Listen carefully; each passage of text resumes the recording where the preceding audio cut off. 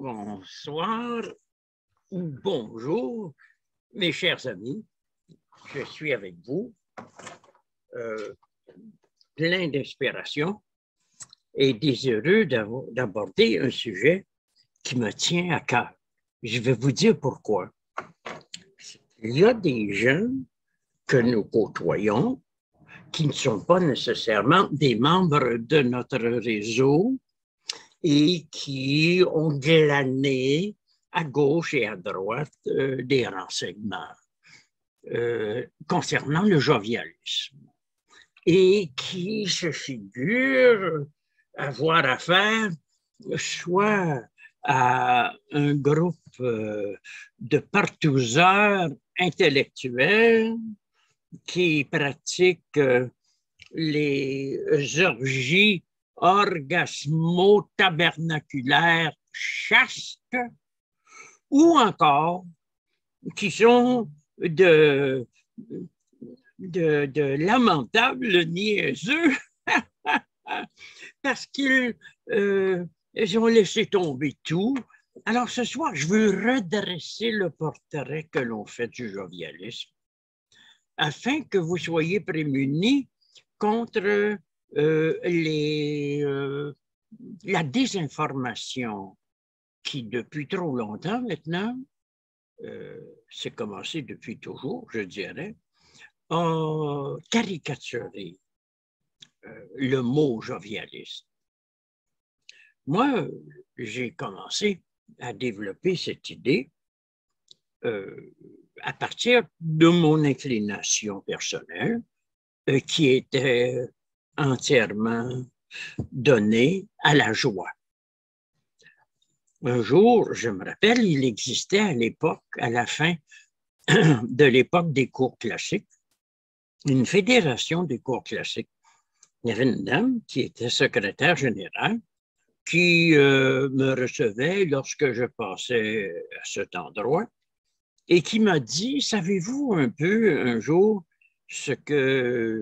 l'impression que vous me faites, M. Moreau? Moi, j'étais frais et moulu de la Sorbonne, docteur en philosophie. Il me dit, l'impression que vous donnez, c'est que vous êtes jovial. Ça ne m'a pas plu nécessairement, plus qu'il ne faut, sur le moment, parce qu'on pense à gros, gras, jovial, aimant la bière et le reste. Alors, et moi, à ce moment-là, je me suis dit, parce que je me souvenais d'avoir lu Nostradamus quand j'étais beaucoup plus jeune, j'ai commencé à lire les quatrains de Nostradamus à 4 ans. Je bafouillais le français. Je lisais la presse à 4 ans. La grosse presse. Elle ne coûtait que 2 sous. 2 sous, vous vous rendez compte?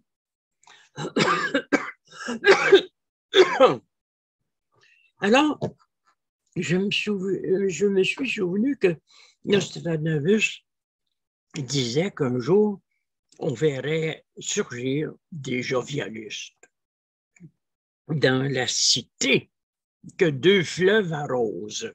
En tout cas, je ne sais pas si on peut dire qu'il y a 2 fleuves ici, mais en tout cas, il y a un fleuve et une rivière. On est entouré d'eau. Alors là, j'ai pensé à ça. Je préférerais qu'on dise que je suis un jovialiste que de dire que je suis jovial parce que j'ai le goût de rire, d'être joyeux, de faire la fête, de danser et de prendre un petit verre d'alcool. Alors, l'idée m'a trotté dans la tête. Et lorsque j'ai publié mon livre « Orgasme et être » en 1972, non, 71, oui, en 71, j'ai mentionné dans les premières pages ceux qui voudront penser de cette façon ou s'associer à moi dans mon projet de réenchanter le monde qui est désenchanté, eh bien, ils s'appelleront des jovialistes. C'est comme ça que le mot est né. tout de suite, je me rappelle que mon avocat, qui était un ancien élève, m'a appelé pour me dire, c'est pas sérieux, André. Ta philosophie ne sera jamais crédible si tu lui donnes une appellation semblable. Mais moi, pour moi, j'y tenais parce que c'était un mot mystique créé par Nostradamus il y a 500 ans.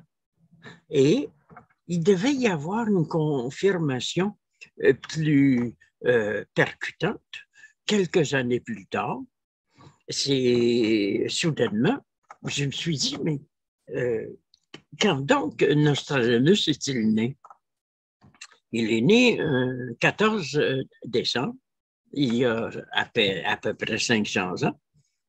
Et le 14 décembre, c'est précisément le jour et le mois où, justement, mon avocat a enregistré au greffe de la ville de Montréal le mouvement jovialiste. Alors, c'est assez curieux. C'est lui qui me disait que je ne passerai jamais pour un homme sérieux en me faisant appeler un jovialiste, et c'est lui qui avait enregistré le mouvement. Par la suite, vous le savez, les événements m'ont un peu détourné du sérieux pour une simple raison, c'est que avec les événements qui se sont produits et qui ont ruiné ma carrière académique, c'est-à-dire avec l'affaire du marquis de Sade en 1968, il m'a fallu utiliser les moyens du bord pour parvenir à tirer mon épingle du jeu. Et comme j'avais déjà très mauvaise réputation à 30 ans, j'avais compris qu'il me faudrait financer la publication de mon œuvre. Et comme déjà depuis 10 ans, j'annonçais des titres qu'il m'a fallu, dans certains cas, une vie entière à publier, je savais que j'allais être là pour longtemps dans le décor et qu'il me fallait absolument trouver les moyens de publier. C'est la raison pour laquelle j'ai accepté l'offre du docteur Manouvrier de parler à l'école de sexologie de la communication amoureuse, ce qui a aggravé mon cas. Je l'ai su par la suite. Et c'est la raison pour laquelle j'ai accepté d'aller à la télévision, où les gens n'étaient pas du tout habitués à mon langage. Et que j'ai été classé immédiatement comme un maniaque sexuel. C'est vraiment incroyable. Hein? À cette époque-là, si je disais que je vibrais en pensant à telle ou telle chose, le Populo Barbaro, qui écoutait les émissions de Télémétropole, le seul canal de télévision qui voulait m'inviter, là, jamais Radio-Canada, jamais André Moreau, voyons donc, c'est pas sérieux. Alors, ces gens-là, ils entendaient que je vibrais, puis pour eux, dans leur mentalité, je ne sais pas comment la qualifier, comment pourrait-on dire, caractérisée par une sous-culture populaire rococo bowling, pour eux, ça voulait dire que je me masturbais. Et quand il y a eu un grand affrontement qui était bien involontaire de ma part, avec le père Marcel-Marie Desmarais, le plus grand prédicateur du Québec. Et il y avait un panel. Et puis, les gens qui participaient au panel appartenaient à toutes sortes d'horizons. Il y avait des médecins, il y avait des voyantes, il y avait Madame X qui avait fait du camp de concentration pendant la guerre en Europe et qui était juive d'origine. Et il y avait un cinéaste et il y avait le père Desmarais. Le panel portait sur l'érotisme. Le père Desmarais a pris la parole d'emblée, il s'est mis à défoncer l'idée de l'érotisme. Après un certain temps, j'ai seulement eu à lever le petit doigt. Réal Giguère, qui animait le panel, s'est dit, OK, je vais passer la parole à André Moreau. Avec moi, j'ai dit au père Desmarais, c'est un Dominicain, un homme d'une grande maturité. Bien sûr, il avait la naïveté des gens d'église qui n'ont pas vécu, qui n'ont aucune idée de ce que c'est que la vraie vie. Alors, je lui dis, mon père, vous semblez avoir de grandes connaissances au niveau de l'érotisme, car vous en parlez avec une grande fermeté. Mais j'ai dit, moi, avez-vous seulement jamais eu un orgasme? Alors là, les amis, le public en salle a explosé. Le père Desmarais est devenu blanc. Son visage s'est emperlé de sueur. Il a fallu le sortir du studio parce qu'il était en train de faire une crise cardiaque. Et Mme X, hein, qui me donnait des coups de coude dans les côtes, me disait « Vas-y, André, vas-y, t'es capable, tue-le! » Puis là, elle me faisait part de ses habitudes sexuelles scabreuses, d'inspiration pédophilique. Alors là, moi, je n'avais jamais voulu tuer le père Desmarais. Mais que voulez-vous? Le Québec tout entier a réagi. Je lui avais demandé s'il n'avait jamais eu un orgasme. Et les Québécois ont pensé. Il lui a demandé s'il s'était jamais masturbé. C'était pas le cas. Hein? Je n'ai jamais posé ce genre de questions à un ecclésiastique renommé. Je voulais le tasser un petit peu au pied du mur. J'ai failli s'évanouir. Et je me suis trouvé à achever sa carrière. Je vais vous dire une chose. Tout ceci a contribué progressivement à considérer dans le public, à faire considérer le jovialisme comme une philosophie de la provocation, des fantasmes sexuels inassouvis. Et moi, je passais pour le grand prêtre, je ne sais pas comment on pourrait appeler ça, de la sodomie. Je me rappelle que Réal Giguère m'avait demandé, tellement il était pris par ce climat-là, il dit, Monsieur Moreau, dites-nous, est-ce que vous riez quand vous faites l'amour?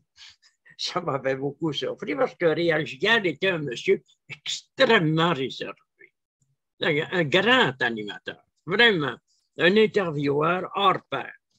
Je lui ai dit, bien, moi, je répondais toujours par un principe philosophique. Les contractions du rire sont étrangement parallèles à celles de l'orgasme.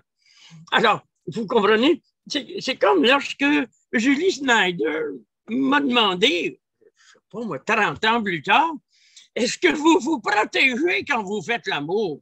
Je lui ai répondu philosophiquement, celui qui se protège confirme qu'il se sent menacé. Ce n'est pas mon cas. Alors là, vous comprenez, moi, je n'ai jamais quitté le terrain de la philosophie parce que c'est ce que je suis profondément. Mais vous ne pouvez pas faire quitter le terrain de la bêtise aux adhérents de la sous-culture populaire rococo bowling. C'est impossible. Et vous auriez dû voir, quand j'ai commencé le mouvement jovialiste, les gens qui venaient dans mes salles, c'était comme la cour des miracles. Alors, peu à peu, il s'est bâti une aura autour de ma personne, de mon œuvre et de mes propos, qui visait à démontrer que les jovialistes sont des naïfs, des idéalistes, des gens qui ont perdu contact avec la réalité des gens qui sont frustrés sexuellement et qui veulent se reprendre en faisant des buffets monstrueux et des orgies. C'était pas tout à fait l'idée que je voulais laisser. Hein? Et même on m'a accusé d'être un briseur de couple. Mais moi, j'avais un principe philosophique très différent et que vous connaissez. Tout est dans l'art de ne rien rompre. Moi, je n'étais pas pour la rupture. Je n'étais pas pour la division. J'étais pour la multiplication. Et ça, là, ça a donné naissance au partnership amoureux ouvert à plusieurs, avec options privilégiées et intensité variable. Les gens n'avaient jamais rencontré un concept de ce genre-là, d'autant plus que je terminais mes exposés avec le mot de Nietzsche. M'a-t-on compris? Il y a des gens qui couraient après moi sur la rue. Et là, ils étaient 2, 3 devant moi. Il y en a même un qui s'était agenouillé devant moi à Shawinigan en pleine rue en disant Dieu, Dieu, Dieu. Il faisait des génuflexions devant moi. Alors, c'était vraiment inouï. Mais tout ceci a entraîné, curieusement, le rejet des gens qui se disaient sérieux et qui n'avaient pas d'œuvre. Mes collègues des universités sont des improductifs. Ils ne publient pratiquement pas. Ils n'ont pas un système de pensée. Et quand ils occupent des postes, vous savez, où l'on attribue des bourses, des octrois, ou que ce soit au ministère de l'Éducation, au Conseil des arts du Canada, ou encore au ministère des Affaires culturelles, ils me bloquent l'accès. Alors moi, j'ai décidé que c'était assez, là. Et là, ça faisait plus de 10 ans que ça durait. Et j'avais maintenant 40 ans et j'ai commencé à publier mes traités. Alors, comme mes livres, les livres qui ont été fondamentaux là, pour lancer le jovialisme, La volonté du bonheur, Orgasme et être, Pour réveiller le Dieu endormi, l'enseignement jovialiste, la mère érotique, la violence créatrice, pour une éthique de l'excès. Ces livres s'étaient tellement vendus que les distributeurs étaient prêts à prendre n'importe quoi que je leur offrirais. Mais je leur ai offert le grand traité sur les matérialistes, tome 1. C'est un désastre. Il y a des gens qui sont devenus fous. D'autres ont jeté le livre par la fenêtre, d'autres l'ont brûlé. J'ai reçu des appels de menaces parce que d'autres apportaient le livre au libraire. Il y a même eu...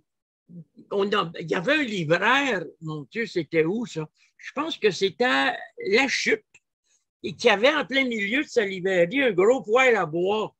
Et puis, il est venu quelqu'un qui a acheté tous les moraux qu'il y avait sur les étagères. Il y en avait déjà beaucoup. Il y avait 7-8 livres. Il les a brûlés dans le poêle qui était là, après les avoir dûment payés. Alors, on brûlait mes livres. Et ce n'est pas arrivé qu'une fois, là. Alors, les gens se sont souvenus de ça. Et les gens se sont dit, Moreau, c'est un trouble fait amusant. On en veut, on en veut. Et là, ils se sont mis à faire des folies dans les tavernes. J'avais dans chaque famille, quand ils se réunissaient à l'occasion des fêtes ou pour un party ou pour un anniversaire, j'avais un imitateur d'André Moreau. Et bien entendu, on exagérait mes mimiques. On me réduisait à l'état d'un clown. Mais comme le disait Franco Nuovo dans le journal il y a au moins 23 ans, on dit que c'est un fou, mais il dit, il est articulé, le fou. On dit que c'est un clown, mais c'est un clown qui fait réfléchir. Ça n'a pas changé grand-chose.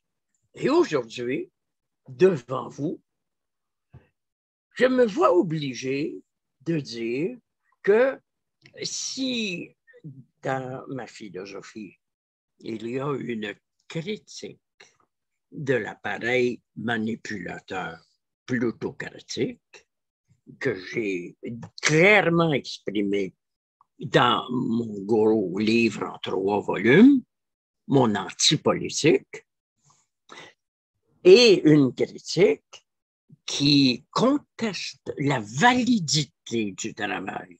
Parce que le travail nous épuise, le travail nous pousse à dépenser, à devenir des consommateurs, et le travail, jusqu'à un certain point, nous détourne de nous-mêmes. Évidemment, je n'ai publié mon anti-politique qu'après 50 ans de publication, comme les grands philosophes, qui terminent les publications de leur logique, de leur métaphysique, de leur morale, etc., par une politique. C'est le cas d'Aristote, c'est le cas de Platon, c'est le cas de Machiavel, c'est le cas de John Locke et de Stuart Mill et de Jean-Paul Sartre. Alors, moi, je ne pouvais pas publier une politique parce que je considère que la politique, c'est le levier de puissance du crétinisme total de la planète. Alors, j'ai publié une anti-politique. Dans cette anti-politique, j'ai fait l'apologie de l'oisiveté créatrice par opposition au travail. Mais j'aurais dû davantage faire l'opposition par rapport à la paresse improductive. Est-ce que vous savez combien il y a de gens qui, pensant m'avoir compris, ont décidé d'abandonner leur travail professionnel ou de demander de l'assistance sociale parce qu'ils pensaient que je les invitais à devenir des pauvres. Mais ce n'est pas ça, le jovialisme. Le jovialisme, c'est l'abondance de Pardon. C'est l'abondance de l'infini. C'est la production. Regardez, je n'ai pas terminé ma vie et j'ai 83 livres publiés. Il y en a 26, 27 autres écrits qui sont en attente de publication. Je ne pense pas avoir été un paresseux improductif. Mais moi, dans ma vie, je me suis toujours accordé, toujours, des moments de détente, de repos, des bains de soleil, au point que Gilles Proulx, vous le savez, qui est un caricaturiste né, me recevait parfois en studio en disant « Et voilà le grand jovialiste, le dieu Moreau, qui, sortant de son bain romain, entourant de ses naïades, vient nous visiter. » Vous savez, c'était ridicule, mais il y a des gens qui me voyaient mentalement dans mon bain romain avec des femmes. Et il y a même une femme un jour qui a demandé à son mari pour son anniversaire de l'amener chez moi où je me trouvais. J'aurais pu ne pas être là, mais il est arrivé. Et moi, j'étais dans un bain mousseux.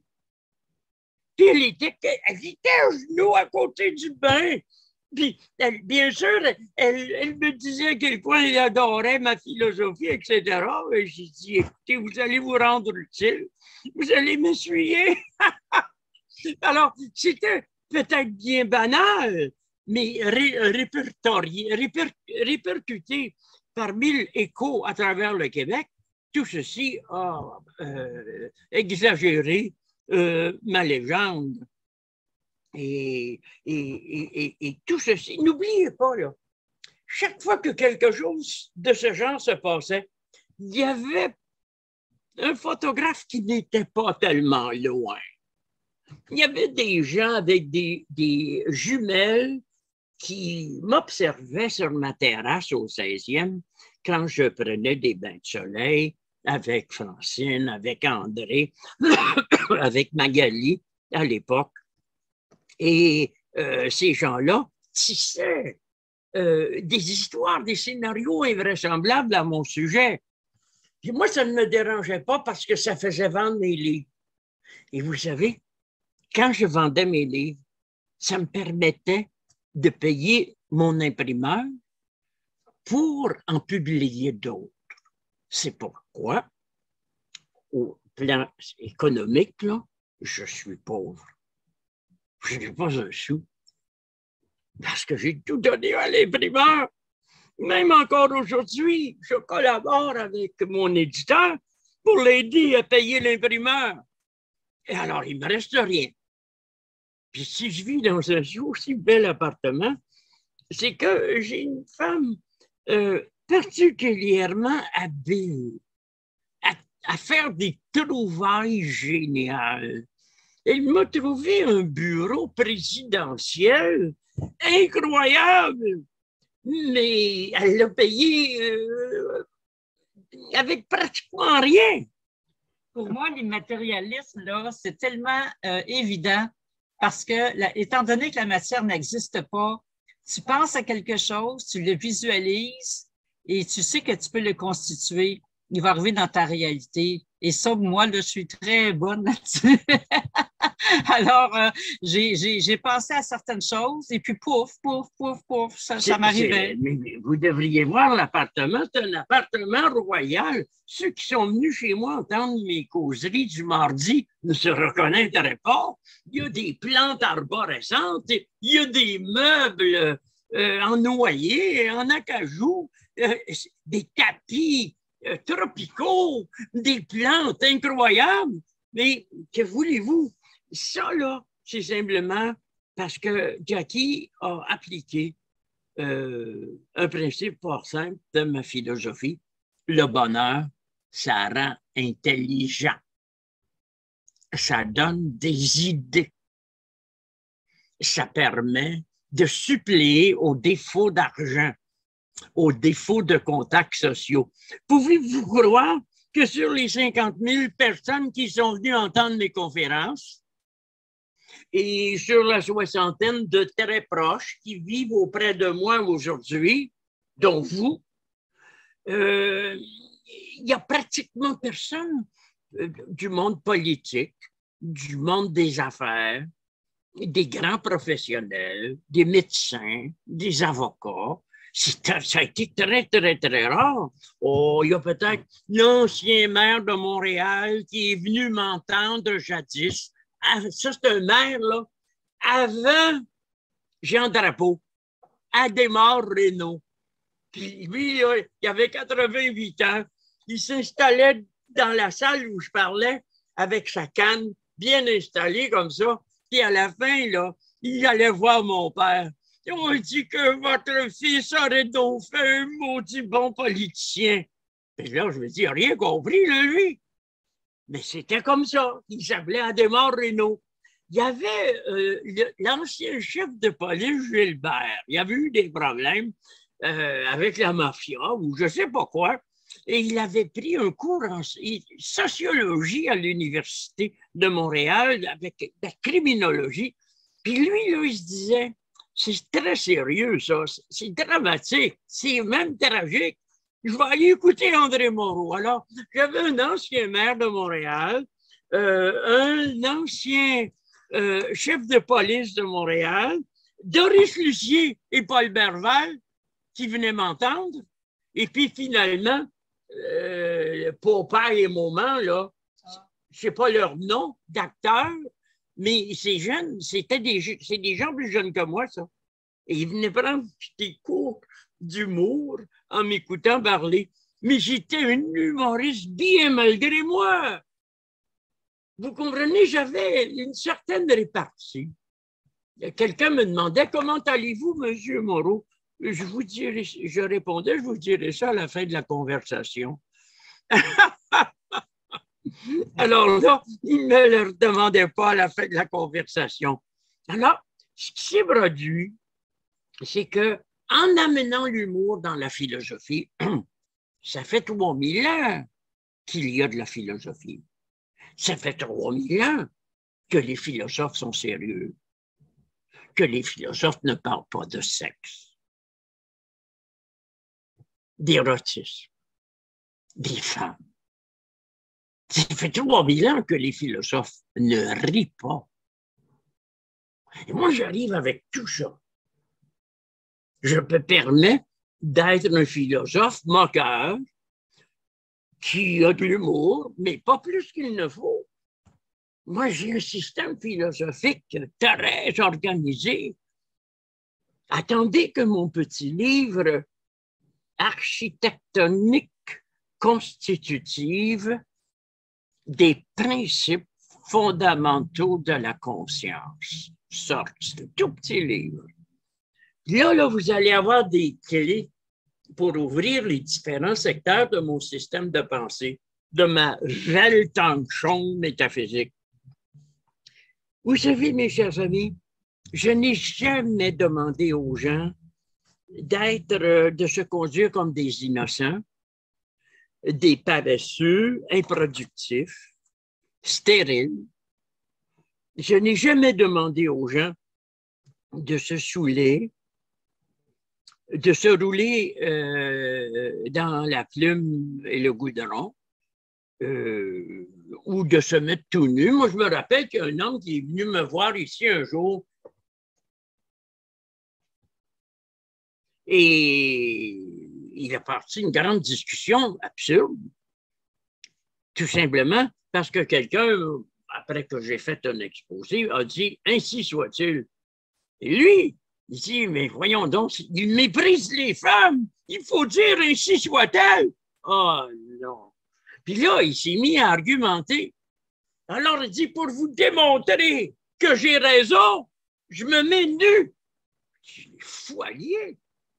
En quoi se mettre nu va-t-il démontrer qu'il a raison? » Il s'est mis tout nu. Il a fallu l'escorter vers la sortie. On n'a pas besoin de nudistes dans mon salon. C'était l'époque des nudites, vous vous rappelez? Les gens arrivaient en voiture. Ils sortaient de la voiture tout nus. Ils rentraient dans un magasin et là, ils couraient dans les allées avec tous les agents de la sécurité derrière eux dans le magasin. Ils rentraient dans la voiture et ils se sauvaient. On appelait ça des nudites. Il y a même un jovialiste qui s'est mis tout nu au stade olympique pendant les Olympiques en 1976. Il s'est mis tout nu, s'est mis à courir parmi les majorettes. Vous comprenez que c'était absurde, mais il a fait carrière avec ça. Et oui, il n'est pas avec nous en ce moment, mais il serait heureux que je rappelle cet événement ridicule, mais qu'il l'a fait connaître de 76 millions de téléspectateurs à l'époque qui regardaient les Olympiques diffusés de Montréal. Trop de choses se sont produites qui ont donné un aspect, j'ai besoin de savoir l'heure, qui ont donné un aspect cocasse ou farfelu à ma pensée. Tout ceci parce que j'ai été chassé des universités, par tout ceci parce que Radio-Canada m'a snobé, tout ceci parce que ceux qui attribuaient des bourses de recherche et de création m'ont dénigré, et parce qu'il y a eu la police qui venait intimider les gens pendant que je parlais pendant mes conférences. Écoutez, il y a 200 personnes, là. On est en 1980. Moi, je suis en avant, puis je parle à ces gens-là. Les portes s'ouvrent avec fracas. Il y a 4 policiers qui rentrent. Ils font le tour de la salle en regardant tout le monde dans les yeux. Moi, je continue de parler. les gens qui sont dans la salle ne sont pas habitués de voir la police les regarder de regards soupçonneux. Ils font le tour de la salle. Ils arrivent en avant de la salle, continuent de regarder les gens dans les yeux avec un regard sévère en gardant la main sur leur matraque. Et ils s'en vont sans avoir dit un mot et sans avoir arrêté personne. La semaine suivante, il manquait 100 personnes dans ma salle parce qu'ils ont été intimidés par la présence de la police en uniforme. Et parfois, nous avions un bar, mais sans permis d'alcool, une salle à manger, mais sans permission de servir à manger, même gratuitement. Le policier m'a dit, vous n'avez pas le droit de servir une simple feuille de laitue gratuitement. C'est illégal. Alors là, vous comprenez, ça n'avait pas de sens. Le mouvement, ça s'appelait la chaîne d'union. C'est devenu très vite une chaîne de désunion. Et la chaîne d'union fait faillite, le mouvement jovialiste a fait faillite, les éditions jovialistes ont fait faillite. On s'est retrouvés dans une salle, on est allé dans un hôtel, le Constellation, et le Constellation a brûlé, ainsi que 150 caisses de mes livres. Alors, comprenez-vous que le fait que j'ai cette habilité de rebondir lorsque j'ai un coup dur, ou après une faillite, ou après des menaces de mort. Hein? Ben, ma mère recevait des menaces de mort. Il y a un homme qui l'appelle, il dit, votre fils, là, il est un suppôt de Satan. Attendez qu'on ait fini avec lui. On va le mettre dans la valise de sa voiture. On va lui couper des membres et il sera seulement bon pour aller vendre des médailles militaires usagées aux portes des grands magasins en chaise roulante. C'est bizarre, hurler. Alors, les pompiers, la défensive, le concierge a sorti son 45, il est venu voir ce qui se passait, qu'est-ce qu'elle avait à hurler comme ça. Et moi, je lui ai dit, mais voyons, non, c'est seulement des gens qui veulent se faire remarquer. On ne peut pas tuer quelqu'un qui ne veut pas mourir. Et moi, je sais que c'est vrai. Mais elle en doutait. Elle en doutait. Alors, voyez-vous, mes amis, l'insuccès du jovialisme, parce que je n'ai mérité aucun prix littéraire, hein, ni aucune traduction, ça me fait rare à 80 ans, après 83 livres, je n'ai pas eu une traduction encore dans le monde. J'aurais pu avoir une traduction anglaise dans mon pays, ou espagnol, on est entouré de latinos, hein, en Amérique du Nord, j'aurais pu avoir une traduction en allemand. Ben non, j'ai essayé.